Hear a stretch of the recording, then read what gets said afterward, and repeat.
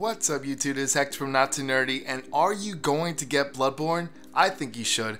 Now, a lot of people are afraid to play games like that, you know, in the Soul series, where Demon Souls and Dark Souls, they're such a hard game. Same thing in Dark Souls 2, but there's no excuses. And when I say there's no excuses of why you should say it's a hard game, someone right now, you know, whether you see his YouTube channel or his Twitch channel, according to Kotaku, there's someone is actually playing through Dark Souls with Donkey Konga's bongo drums.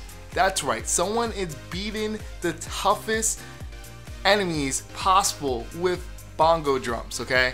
It is pretty insane, so I'm gonna leave the links down in the description down below, but definitely go check out this guy's channel. Go check him out on YouTube, Twitch. I think it's awesome that he could do something this challenging, because in this little clip right here, when you go to the channel, you actually see him facing two of the hardest bosses where, you know, it's really challenging. He's actually able to beat both of them, you know, with the bongos. So it's pretty cool. It's pretty exciting to see something like that. But it also shows there's no excuses, you know. Yes, we all know that it's a challenging game, right? We know it's a tough game, and that's what I love about it. You know, I'm not too sure if Demon Souls was harder or Dark Souls. I beat every single one of them, and I beat Dark Souls first, because what happened was Demon Souls I started playing, I never got a chance to beat it. You know, I'm not gonna lie, I just, you know, I think I rage quit on a certain point and I never went back to beat it.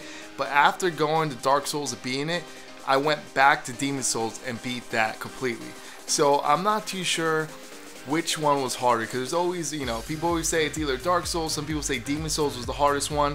I personally think that maybe Dark Souls was a little bit harder, but then when I went back to beat Demon Souls, I knew what I was doing at that point. So I'm not too sure. It's a toss-up between those two. But Dark Souls 2 I don't think was as challenging as the other two games. And, you know, so this game, Bloodborne, is going to be really challenging. Supposedly, I heard so far, but the people have been playing and stuff, that, first of all, it's 40 plus hours of gameplay, which, to me, that's awesome. You know, I want that in a Soul series, you know, or a game like Soul series. I want that to be that many hours, because, you know, something I could play for a while, which is really good. Because the only other game I'm going to get after that is Mortal Kombat X. You know, those are two games I'll be playing, so they're two different styles of gameplay. So it's cool that I have a game that I could play every now and then go play Mortal Kombat X. So that's going to be pretty cool. But I think it's going to be challenging. I think it's going to be a good challenging game. Is it going to be the hardest one in the series? We'll see. You know, but I think it's pretty good.